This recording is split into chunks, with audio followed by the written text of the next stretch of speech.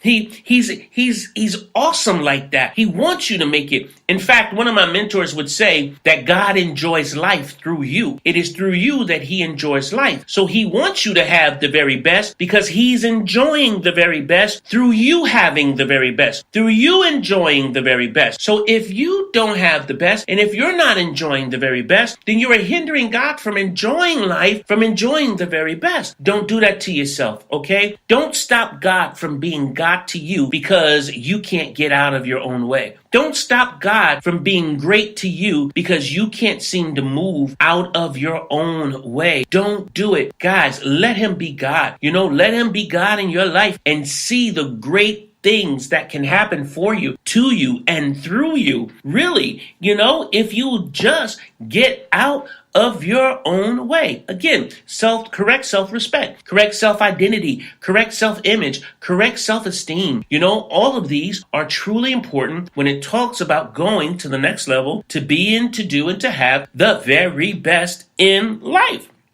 Very easy. John Mason says, you'll never succeed beyond your wildest dreams unless you have some wild dreams. Guys, it's time to start dreaming big. It's time to really start dreaming. Listen, you can't complain about where you are if you're not working hard to get out of that thing. And let me tell you something, working a 9-to-5 will never make you rich. Working a 9-to-5 will never get you there. I'm telling you, you've got to do what you got to dare to do something different. Push yourself beyond. Get out of your own headspace. Get out of your own way, and you can do it. It is accomplishable. It is possible. John Mason says, be used for something significant. Dare to do what's right for you. Choose a goal for which you are willing to exchange a piece of your life. It requires it, guys. Choose a goal which you are willing to say, I'm going to put me into this. I'm going to give it my all. I'm going to put all I've got into this. I'm going to make it. And sometimes you got to say, whether I lose, whether I win, or whether I fail, I'm still going to try. Guess what, guys? Again, because God is your silent partner, you will win. You will win every single time. And it does not mean that there won't be roadblocks. Doesn't mean that there won't be things that you may have to, hurdles that you may have to get over. Of course, hurdles happen to all of us. But yes, we got to keep pushing. We got to keep moving forward. We got to keep going. Can I tell you something, guys? Somebody out there is waiting on you. Somebody out there can get their freedom for what you have inside of you. If you don't release what's inside of you, this person, whoever this person may be, may not ever be able to get the correct help they need in order for them to be and to do to have the very best in life. They are waiting on you. So what are you waiting on?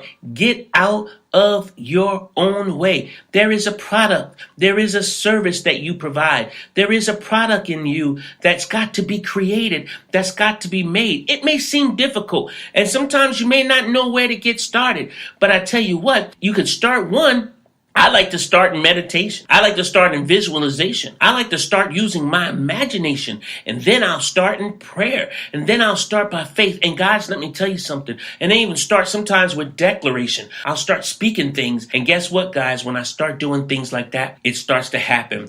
The right people with the right mindset, with the right kind of connections, with everything I didn't have. God sends the right people around me to make it possible, to make it happen. There's a story in the Bible, and I'm going to close in 2 Kings, the 5th chapter. What an amazing story, right? It's about this guy named Naaman. He's a very popular man. He's a very, very wealthy man. He's known throughout the world. He's a highly favorable man. Commander in the army. And Naaman, things come relatively, his victories, they came relatively easy for him because he was very smart. And so his victories came relatively easy. But even though he was great, Naaman had one particular problem that he just could not get rid of. And that was he had a disease called leprosy. Anyway, long story short, he told about a prophet in Elisha. And so he went to see Elisha, and Elisha didn't even come outside. He brought all this money to give to Elisha to get, this healing. because at that time, leprosy wasn't medically possible to be healed from that. So he brought money to this guy and everything. He traveled a long ways, Elijah, to be healed. And when he gets to Elijah's home, guys, listen, Elijah doesn't even come outside. He sends a servant out there, and he sends a servant with a message that just really messes Naaman up. I mean, in fact, it really frustrates him. I mean, he almost missed his opportunity for a change of a lifetime because he had misguided self identity. He got upset with the message and the messenger. He felt like one and the method. He got upset because he thought Elisha should have came to him himself. He's a bigwig in the world. I mean, don't send no servant, don't send no attaboy, don't send no administrator to come talk to me. I'm the head. You come talk to me. Heads talk together. So he got offended by that. He was very upset with the message. The message was, go dip yourself in a dirty river, Jordan, go 7 times, and then you will be healed. He didn't like that method. He felt like, hey, Elisha was so powerful, he could just wave his hand over him and he would be healed. And it's possible that it could have been done. No doubt it could have been done. But again, misguided self-identity can be in your way. And it taught me something. I realized why Elisha told him to go dip himself in the river 7 times in this dirty river, because what was happening on the outside of Naaman was a result of what was really happening on the inside of Naaman. If Naaman can get himself corrected on the inside, then everything that was manifesting in his life could be corrected as well. And let me tell you something, he almost missed it. It was a servant that told him, say, hey, listen, man, if he told you to do something difficult, you would have done it, no problem. But because this is so easy for you to do, you're about to miss everything that you came here for. Go do what the man tells you to do. And guys, let me tell you something, man.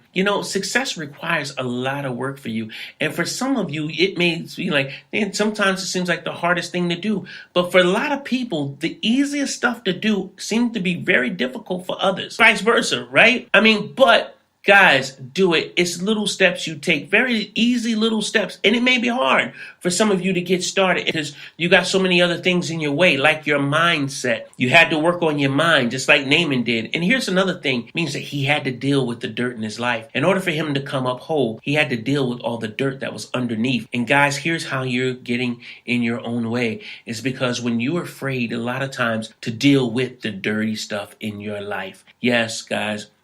We all have some dirt. We all have some stuff that we need to get corrected. And what I mean by that is our self-identity, our dirty self-respect, our dirty self-image, our dirty self-esteem. Yes, we need to have corrected, clean self-identity, self-respect, self-esteem, self-love, self-worth. I mean, we need to have corrected and clean imagery of our own selves. If you do not, it'll be very difficult for you to be clean, to be successful, to get there. But if you do, once you do, deal with it, guys. Basically, just deal with the dirt. Sometimes here's some dirt that you got to deal with. You got to deal with the mindset that somebody told you you're too big, you're too small, you're too skinny, you're too tall, you're too short, you're too black, you're too light. You're white. You're Chinese. It's always some dirt. You don't have a degree. You don't have a diploma. You have a GED. You have no education at all. You have no money. You have very little money. You have no education. You've got a record. You've been locked up before. I mean, you don't talk the language. You have no experience. I mean, you hear it. People will throw dirt on you all the time, and that will mess up mess up your corrected self-identity, your corrected self-respect, your corrected self-esteem, all this dirt that's being thrown on you. Deal with that.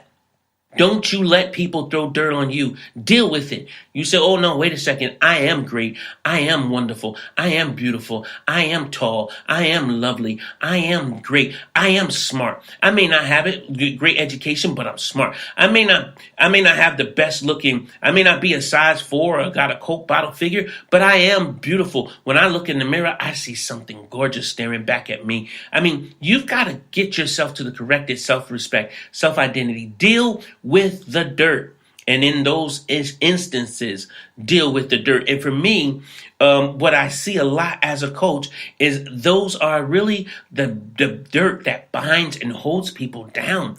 And some people aren't able to break free because they're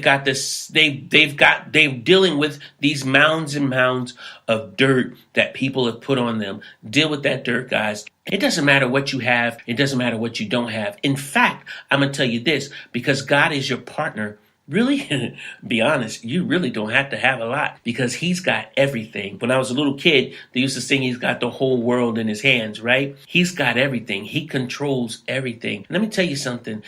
God has done some amazing stuff in my life when I had nothing. He doesn't need anything from you. Really, to be honest with you, he doesn't.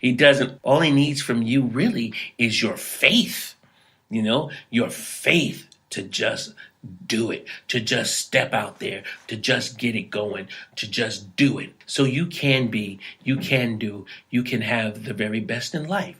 If you get the correct self-identity, correct self-respect, the correct self-love, the correct self-image, the correct self-esteem, and get out of your way. All right, let's do our affirmation treatment and we'll be done. Right here and right now, I see myself correctly. I am ready to receive the blessings and riches of life. The good that I am ready for is ready for me. Thank you, Father. Thank you, God, in me. God bless. You've been a part of Give Yourself a Raise with business revivalist and coach Corey Lamount. If you have show ideas or you'd like to be a guest on the show, you can contact Corey Lamount's team through Facebook, Instagram, or Twitter at Corey Lamount NY. Also, you can call the show at 757-743-2572. Thank you, and please follow and share the podcast. Until next week, remember, don't wait to be, do, and have the very best of your life. You can always give yourself a raise.